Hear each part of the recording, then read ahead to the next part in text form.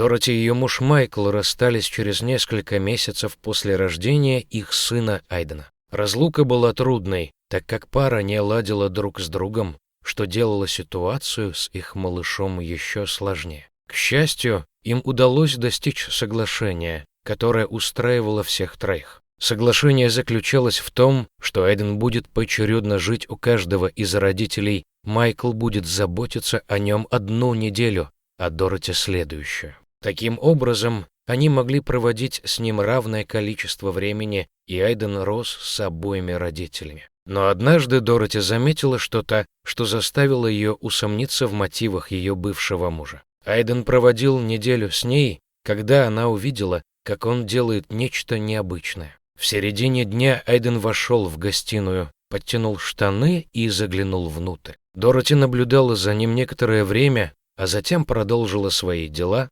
полагая, что он скоро продолжит играть. Но он не продолжил, он просто стоял там и смотрел в свои штаны полчаса. Дороти не придала этому значения, когда он вернулся к своим делам, думая, что это ничего серьезного. Но на следующий день это повторилось, и еще раз на следующий день, в течение всей недели, которую Айден проводил с матерью. Он останавливался и смотрел в свои штаны полчаса каждый день. Такое поведение было совершенно новым, и это заставило Дороти задуматься. Айден был любопытным мальчиком, возможно, это было связано с его возрастом, но он был очарован всем, что видел, и часто реагировал на это забавно. Дороти думала, что это могло быть связано с его любопытством, но когда это повторилось в следующий его визит, она решила осмотреть его на всякий случай. Дороти уложила Айдена и осмотрела его ноги, но ничего не указывало на то, что его что-то беспокоит. Факт, что она ничего не нашла, ошеломил Дороти. Должна быть причина,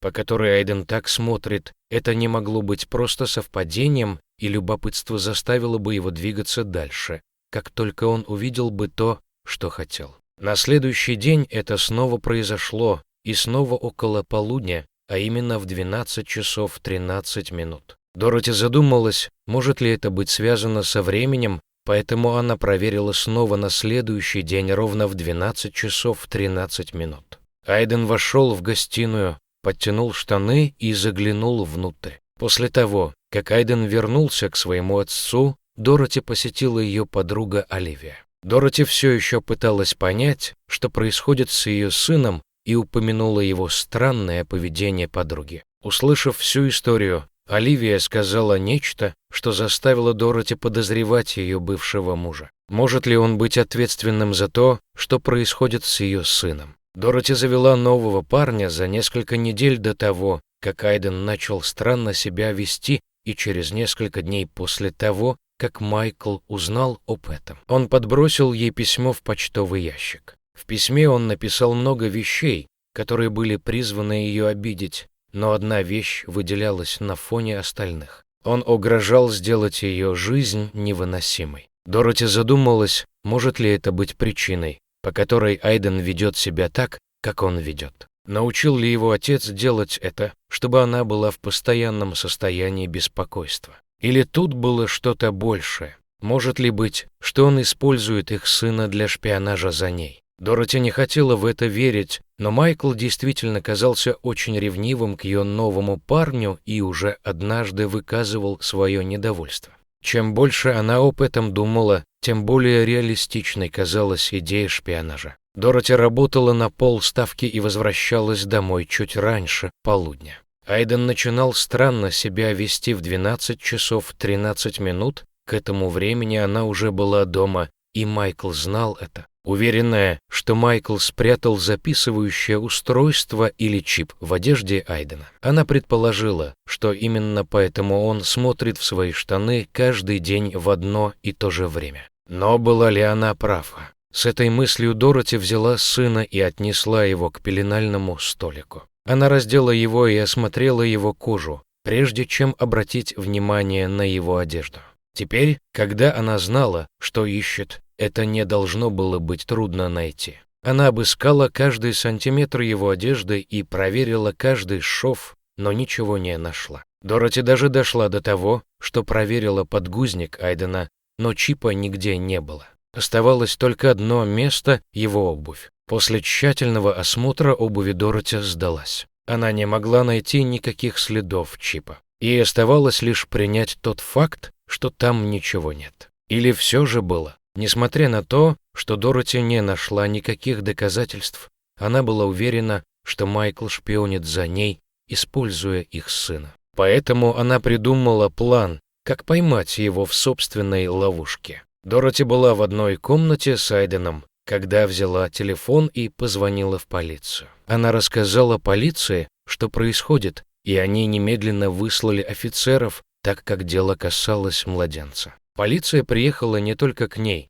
но и отправила другой отряд к дому Майкла. Его арестовали на месте и доставили на допрос. То, что произошло дальше, оставило Дороти в полной растерянности. Полиция доставила Майкла в участок, пока Дороти сидела дома с самодовольной улыбкой на лице. Она знала, что Майкл серьезно пожалеет о своем решении шпионить за ней, когда полиция вмешается. Но затем произошло нечто совершенно неожиданное. Дороти и представить не могла, что полиция придет за ней. Дороти услышала стук в дверь и не понимала, почему. Она не ожидала гостей и была в разгаре своего плана мести. Кто осмелился ее прервать? Она подошла к двери и посмотрела в глазок, но увидев, кто стоит снаружи, вся кровь в ее теле застыла. Почему они здесь? Полиция стучала в дверь Дороти. Почему они пришли за ней? Они должны были забрать Майкла, а не ее. Она знала, что ей остается только впустить их. «Чем могу помочь, офицер?» — спросила она. Офицер приветствовал ее улыбкой, прежде чем сказать нечто неожиданное. Были ли ее подозрения о Майкле верны? Полицейский объяснил Дороти, что они узнали от ее бывшего мужа. Они поместили его в комнату для допросов в местном участке и начали задавать вопросы по поводу шпионажа. Но самое странное было то, как хорошо он умел лгать. Он выглядел совершенно уверенным в том, что не знает, о чем идет речь, но дела обстояли не так, как казалось. Офицер сказал Дороти, что Майкл был совершенно сбит с толку арестом. Он, казалось, не подозревал, что они придут, и также не знал, о чем идет речь, когда дело касалось шпионажа. Когда ему объяснили, что у них есть основания полагать, что он вставил чип в штаны своего сына, он был ошеломлен.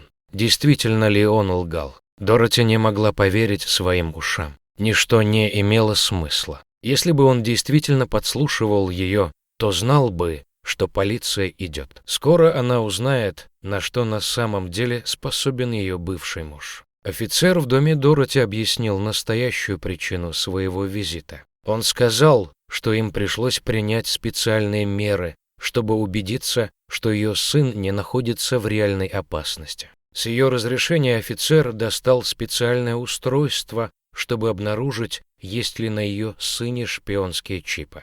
Он сказал, что это будет безвредно и займет всего минуту. Но что обнаружит офицер? Офицер поприветствовал маленького Айдена и спросил, можно ли его осмотреть. Айден засмеялся и охотно согласился, ведь для него это была просто игра. Офицер тщательно осмотрел Айдена с помощью сканера. После 5 минут поиска он сделал невероятное открытие. Офицер посмотрел на Дороти, которая с нетерпением ждала результата. Офицер покачал головой и сказал, «Но это хорошие новости, я не могу найти ничего на вашем сыне». Но для нее это не обязательно были хорошие новости. Действительно ли не было причин для беспокойства? Или Майкл был умнее, чем она думала? Офицер покинул дом Дороти и сказал, что сообщит ей о любых новых подробностях. У Дороти было время подумать о том, что на самом деле происходит. Но как только она думала, что сойдет с ума от незнания, ей позвонили. Она подумала, что это будут власти, но это был не он. Это был последний человек, от которого она ожидала звонка. Это был ее бывший муж Майкл. Что он мог хотеть? Собирался ли он снова ей угрожать или сказать, что он ее разоблачил? Она не хотела брать трубку, но ей нужно было знать, сколько он знает. Вздохнув, она ответила на звонок, но не была готова к тому, что он скажет. Она ожидала ярости Майкла за то, что вызвала полицию, но все пошло неожиданным образом, когда он начал объяснять, что с ним произошло. Казалось, что он не знал, что именно Дороти вызвала полицию. Он спросил, пришла ли полиция к ней домой, спрашивая про Айдена. Она решила признаться. Дороти объяснила, что это она вызвала полицию из-за угрожающего письма и странного поведения их сына. Естественно, она подумала, что лучше перестраховаться. Услышав ее объяснение, Майкл сделал то, чего Дороти никогда не ожидала. Его следующие слова ошеломили ее. Он действительно извинился за все. Он объяснил, что написал письмо в порыве эмоций и не имел в виду то, что сказал. Что касается шпионского чипа, он поклялся, что никогда не сделал бы этого своему сыну. Но если это был не он, то что же происходило с Айденом? Дороти задала роковой вопрос. Он делает то же самое, когда находится у тебя. К ее удивлению, он знал, о чем она говорит. Он сказал, что около 12 часов 13 минут Айден тоже подтягивает штаны и заглядывает в них. Это значило, что это было что-то постоянное, что он делал и у нее, и у него. Но что это могло быть? Это еще больше обеспокоило Дороти. Теперь она снова оказалась в тупике, не зная, что происходит. Ей нужно было как можно скорее выяснить, что происходит с ее сыном. Не зная, к кому еще обратиться, она спросила Майкла, что он думает о всей ситуации. Затем они придумали потенциальное решение. Айден ненавидел ходить к врачу, но им нужно было выяснить, в чем дело. Дороти записала Айдена на прием к местному врачу и отвезла его туда. Маленький Айден устроил скандал по дороге, но это был единственный способ. Когда Дороти и Айден пришли к врачу, они сели в смотровой комнате. Врач приготовился осмотреть ее сына. Врач отвлек Айдена леденцом, сказав ему, что если он выдержит осмотр, то сможет оставить его себе. Глаза Айдена загорелись от радости, и он энергично кивнул. Врач осмотрел Айдена и не заметил никаких явных признаков чего-то необычного. Он провел более тщательный осмотр, и после 10 минут поиска у него были новости для беспокойной матери. «Я рад сообщить, что ваш маленький мальчик совершенно здоров и ничего не указывает на то, почему он завел эту привычку».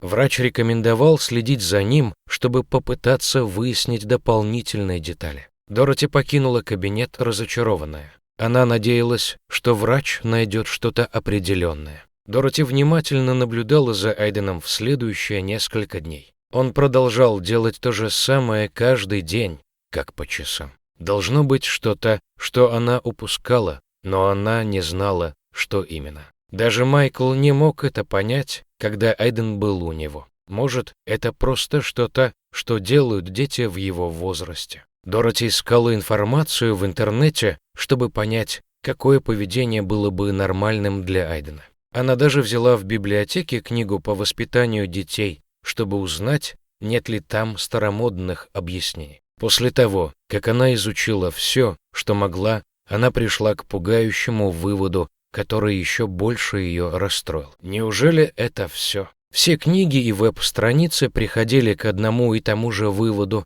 поведение Айдена не описано ни в одной книге. Ей пришлось смириться с тем, что ее сын просто ненормальный. Но затем зазвонил ее телефон. Она увидела, что это был ее врач. Какие новости он мог иметь? Врач сказал Дороти, что хочет увидеть Айдена как можно скорее. Они быстро договорились о приеме на следующий день. Что же он узнал о поведении ее сына? Дороти надеялась на прорыв, но не ожидала странного и нестандартного метода, который собирался использовать врач. Ей предстояло подождать еще один день, чтобы выяснить, что же не так с ее сыном.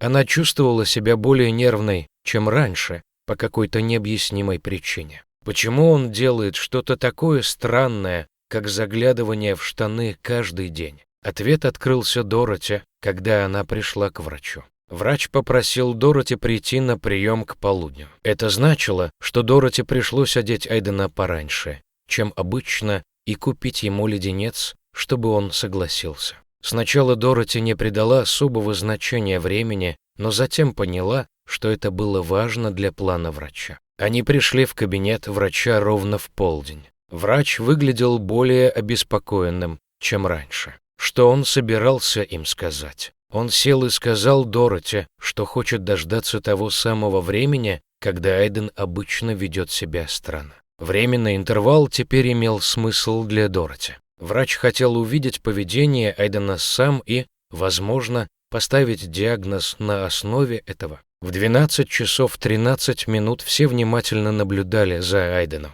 Он должен был вести себя как обычно, но ничего не произошло. Почему он не делал того, что обычно делает в 12 часов 13 минут? Тогда врач сделал нечто радикальное. Врач встал и подошел к другой стороне комнаты. К удивлению Дороти, он включил радио и спросил ее любимую радиостанцию. Еще более запутавшись, она назвала номер станции, и он настроил радио на нее. Затем врач вернулся к своему креслу и сел. Что он делал? Но через несколько мгновений она не могла поверить своим глазам.